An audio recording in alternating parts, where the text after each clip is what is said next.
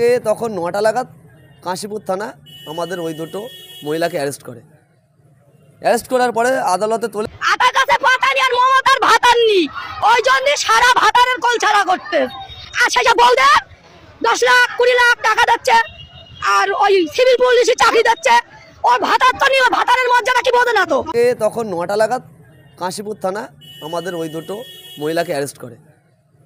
Arrest করার পরে আদালতে তোলে, বারুইপুর আদালতে যখন তোলার পরে আমাদের উকিল ওখানে ছিল। আমরা উকিলকে দিয়ে বললাম চার্জশিটটা তোলো, আগে কি কেসটা দিয়েছে দেখি।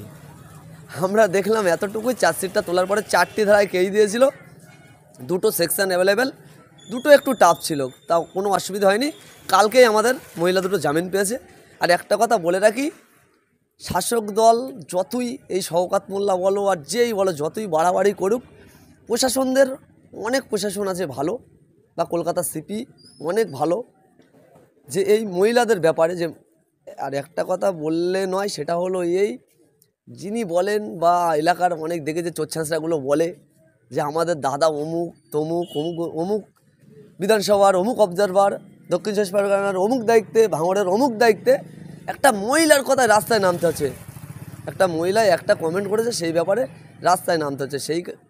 সেই ব্যাপারে একটা কথাই বলবো, ব্যাপারটা হলো এই ভাঙড়ে আজকে কোন জায়গা তৃণমূলের আছে, এই বাংলার পশ্চিমবাংলার মানুষ তথা ভাঙড়ের মানুষের ভাবতে হবে যে তৃণমূলের কোন জায়গায় আছে। তবে একটা সাধারণ মানুষ, একটা সাধারণ ব্যক্তির কমেন্টের উদ্দেশ্য করে একটা ধিক্কার মিছিল এই তৃণমূল কংগ্রেস করছে।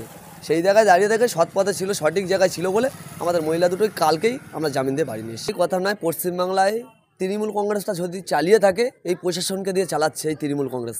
তৃণমূল নামক কোনোই দলই এই পশ্চিমবাংলায় থাকতো না যদি প্রশাসন না হেল্প করতো। ব্যাপারটা হলো এই, সব প্রশাসন তো সমান হয় না। সব প্রশাসন যদি এই দিদির পেছনে বা দিদির দিকে যদি তাকিয়ে থাকতো, তাহলে পশ্চিমবাংলা প্রতিটা মানুষ এইভাবে চলতে পারতো না। সে জায়গায় দাঁড়িয়ে থেকে কিছু প্রশাসন আছে একেবারে এই তৃণমূলের মানে পোশাক কুত্তা বললে চলে, সেরকম জায়গায় পৌঁছে গেছে। সেই জায়গায় দাঁড়িয়ে থেকে সাধারণ মানুষকে গর্জে উঠতে হবে। যেমন এটা একটা পশ্চিম বাংলার ব্যাপার, এবং আপনারা আমাদের পাশেই যে বাংলাদেশ নিশ্চয়ই জানেন, শেখ হাসিনার এমন অত্যাচার ছিল, সেখানে বাংলার সাধারণ মানুষ গর্জে শেখ হাসিনাকে দেশ ছাড়া করে দিয়েছে। সেই জায়গায় দাঁড়িয়ে থেকে পশ্চিমবাংলার মানুষ আগামী দিন এক হয়ে এই পশ্চিমবাংলার যে নির্লজ্জ পুলিশ মন্ত্রী আছে, তানাকে ওই রকম পশ্চিমবাংলার মুখ্যমন্ত্রীর মতো যদি সাধারণ মানুষ বাইরে ঝাঁপতে পড়ে, এই রাজ্যের মুখ্যমন্ত্রীও কিন্তু এই পশ্চিমবাংলা নয় ভারতবর্ষ ছেড়ে পালাতে বাধ্য হবে। সেই জায়গায় দাঁড়িয়ে থেকে আমরা এতটুকুই বলবো, পুলিশদের অনেক পুলিশ এখনও ভালো আছে, আর যারা এখনও পর্যন্ত পুরোই সিটডারা বিকিয়ে দিয়েছে, তাদের উদ্দেশ্যে আমরা এতটুকুই বলতে চাই, ভাঙড়ের মানুষ তথা পশ্চিমবাংলার মানুষ খুব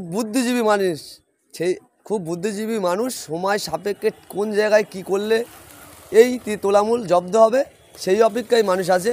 আর 2026-এ আমরা তো আপনাদের দিক দিয়ে সাধারণ মানুষের যতটা আমরা হাওয়া পাচ্ছি, 2026-এ এই তোলামূল আর থাকছে না পশ্চিমবাংলায়, এতটুকু হিসাব করে নেব। প্রশ্নটা ওনাকে কেটে করুন, আমাকে করে লাভ নেই।